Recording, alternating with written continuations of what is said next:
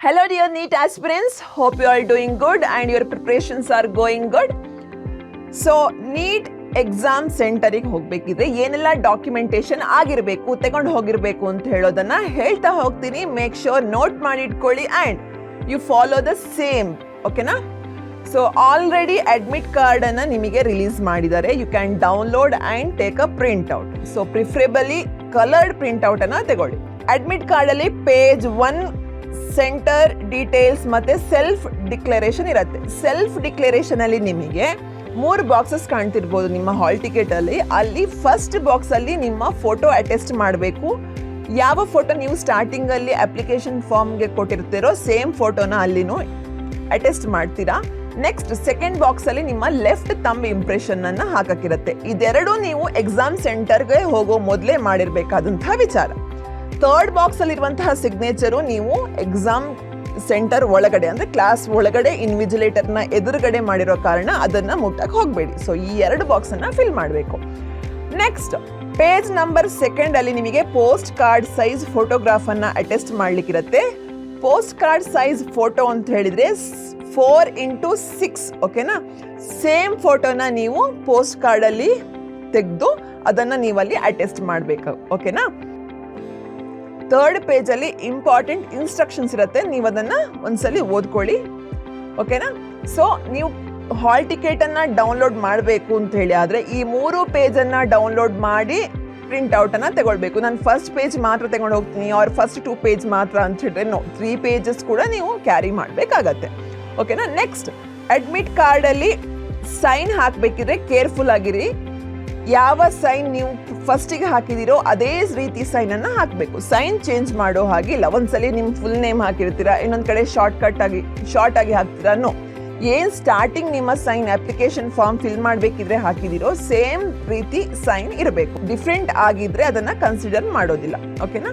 Next examination ವೆನ್ಯೂಗೆ class room ಒಳಗಡೆ ಏನೆಲ್ಲ carry ಮಾಡಬಹುದು ಅಂತ ಕೇಳಿದ್ರೆ ಟ್ರಾನ್ಸ್ಪರೆಂಟ್ ವಾಟರ್ ಬಾಟಲ್ ಆಗಿರಬೇಕು. ಅಂದರೆ ಟ್ರಾನ್ಸ್ಪರೆಂಟ್ ಇರಬೇಕು. ನಾನು ಮೆಟಾಲಿಕ್ ವಾಟರ್ ಬಾಟಲ್ ತಗೊಂಡು ಹೋಗ್ತೀನಿ ಅಥವಾ ಹಾಟ್ ವಾಟರ್ ಬಾಟಲ್ ತಗೊಂಡು ಹೋಗ್ತೀನಿ, ನೋ. ಅಲ್ಲಿ ನಿಮಗೆ ಓನ್ಲಿ ಟ್ರಾನ್ಸ್ಪರೆಂಟ್ ವಾಟರ್ ಬಾಟಲನ್ನು ಮಾತ್ರ ಕ್ಯಾರಿ ಮಾಡುವಂಥ ಅವಕಾಶ ಇರುತ್ತೆ. ನೆಕ್ಸ್ಟ್ ಅಡಿಷ್ನಲ್ ಫೋಟೋಗ್ರಾಫ್ ಒಂದು ನೀವು ಕ್ಯಾರಿ ಮಾಡಬೇಕಾಗಿರುತ್ತೆ. ಸೇಮ್ ಅಪ್ಲೋಡೆಡ್ ಬಿಫೋರ್ ಏನು ನೀವು ಕೊಟ್ಟಿರ್ತಿರೋ ಫೋಟೋಗ್ರಾಫ್ ಸೇಮ್ ಅಡಿಷ್ನಲ್ ಒಂದು ಪಾಸ್ಪೋರ್ಟ್ ಸೈಜ್ನ ಫೋಟೋಗ್ರಾಫನ್ನು ನೀವು ಕ್ಯಾರಿ ಮಾಡಬೇಕಾಗತ್ತೆ. ಆ್ಯಂಡ್ ಅದನ್ನು ಅಟೆಂಡೆನ್ಸ್ ಶೀಟಲ್ಲಿ ಕೇಳಬೇಕಿದ್ರೆ ನೀವು ಅದನ್ನು ಅಲ್ಲಿ ಕೊಡಬೇಕಾಗತ್ತೆ, ಸಬ್ಮಿಟ್ ಮಾಡಬೇಕಾಗತ್ತೆ, ಓಕೆನಾ? ಸೊ ನೀವು ಎಕ್ಸಾಮ್ ಸೆಂಟರಿಗೆ ಹೋಗಬೇಕಿದ್ರೆ ನಿಮಗೆ ಅಲ್ಲಿ ಹಾಲ್ ಟಿಕೆಟಲ್ಲಿ self declaration part and post card size ಪಾರ್ಟನ್ನು ಕ್ಲಿಯರ್ ಮಾಡಿಟ್ಕೊಳ್ಬೇಕು, ಓಕೆನಾ? ಇದು ಬಿಟ್ಟು ಪರ್ಸನ್ಸ್ ವಿತ್ ಡಿಸೆಬಿಲಿಟಿ ಯಾರಿದ್ದೀರಿ, ಸ್ಟೂಡೆಂಟ್ಸ್ ಯಾರಿದ್ದೀರಿ, ಅವರು ಸರ್ಟಿಫಿಕೇಟ್, ಅದಕ್ಕೆ ರಿಲೇಟೆಡ್ ಅಂತಹ ಸರ್ಟಿಫಿಕೇಟನ್ನು ಕ್ಯಾರಿ ಮಾಡಬೇಕಾಗತ್ತೆ. ಇದರ ಜೊತೆಗೆ ID ಪ್ರೂಫ್ಸ್, ಪ್ರಿಫರೇಬಲಿ ಆಧಾರ್ ಕಾರ್ಡನ್ನೇ ತಗೊಂಡು ಹೋಗಿ. ಇನ್ ಕೇಸ್ ಆಧಾರ್ ಕಾರ್ಡ್ ಇಲ್ಲ ಅಂತ ಹೇಳಿ ಆದರೆ ಮಾತ್ರ ಅವರು ಪಾನ್ ಕಾರ್ಡ್ ಅಥವಾ ನೀವು 18+ ಆಗಿ ರಿಪೀಟರ್ಸ್ ಆಗಿದ್ರೆ ವೋಟರ್ ID, ಅದರ್ ಫೋಟೋಗ್ರಾಫ್ ಇರುವಂತಹ ID ಪ್ರೂಫನ್ನು ಅಲೋ ಮಾಡ್ತಾರೆ.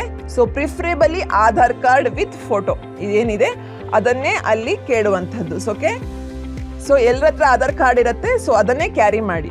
ನಾನು ಈ ಮೊಬೈಲಲ್ಲಿ ಆಧಾರ್ ಕಾರ್ಡ್ ತೋರಿಸ್ತೀನಿ ಅಥವಾ ನನ್ನ ಹತ್ರ ಪ್ರಿಂಟೆಡ್ ಇಲ್ಲ ಅಂತ ಹೇಳಿದರೆ ಆನ್ಲೈನ್ ಇದೆ, ನೋ, ಹಾರ್ಡ್ ಕಾಪಿಯನ್ನೇ ತಗೊಂಡು ಹೋಗಬೇಕು.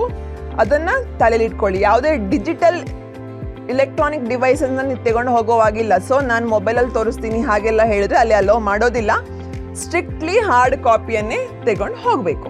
ಇದರ ಜೊತೆಗೆ ಎಕ್ಸಾಮ್ ಸ್ಟಾರ್ಟ್ ಆದ ನಂತರ ನಿಮಗೆ ಯಾವುದೇ ರೀತಿಯ ಬಯೋ ಬ್ರೇಕ್ಸ್ ಇರೋದಿಲ್ಲ. ನಿಮ್ಮನ್ನು ಚೆಕ್ ಮಾಡಿ ಒಂದ್ಸಲಿ ಒಳಗೆ ಬಿಡ್ತಾರೆ. ಆಮೇಲೆ ನೀವು ಒಂದ್ಸಲಿ ಕ್ಲಾಸ್ ರೂಮಿಗೆ ಎಂಟರ್ ಆಗಿ ನಿಮಗೆ ಅಲೋಕೇಟ್ ಮಾಡಿದಂತಹ ಸೀಟಲ್ಲಿ ಕೂತ ನಂತರ ನಿಮಗೆ 3 hours ಎಲ್ಲೂ ಹೋಗೋವಾಗಿಲ್ಲ. ಎಕ್ಸಾಮ್ ಬರ್ದಾದ ನಂತರ ಕಂಪ್ಲೀಟ್ ಟೈಮ್ ಮುಗ್ದ ನಂತರನೇ ನಿಮಗೆ ಹೊರಗಡೆ ಬಿಡುವಂಥದ್ದು. So in between there is no bio breaks. Next ನಿಮ್ಮ ರಿಪೋರ್ಟಿಂಗ್ ಟೈಮ್ 11 ಗಂಟೆಗಿರುತ್ತೆ.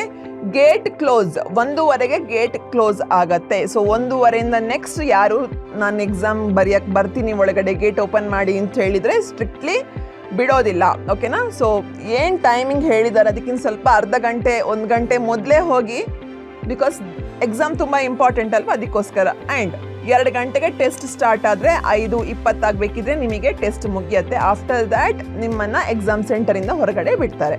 ನಂಗೆ ಟೆಕ್ಸ್ಟ್ ಬೇಗ ಬರ್ದಾಯಿತು ಸೊ ನಾನು ಹೊರಗಡೆ ಬರ್ತೀನಿ, ನೋ ಇಲ್ಲ. ಇದರ ಜೊತೆಗೆ ಮಕ್ಕಳೇ ನೆಗೆಟಿವ್ ಮಾರ್ಕಿಂಗ್ ಇರುತ್ತೆ, ಓಕೆನಾ.